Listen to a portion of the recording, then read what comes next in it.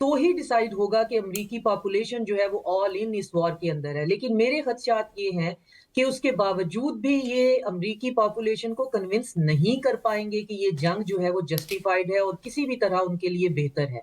تو اب یہ اگر لمبی وار آف اٹریشن بنتی ہے، جس کے کہ بہت چانسز ہیں، پرووائڈڈ کہ ایران اس دفعہ پھر اسٹریٹجک پیشنس کا سامنا نہیں کرتا، جو کہ اس کے لیے بہت کیٹاسٹرافک اور بہت سوئسائڈل ہوگا.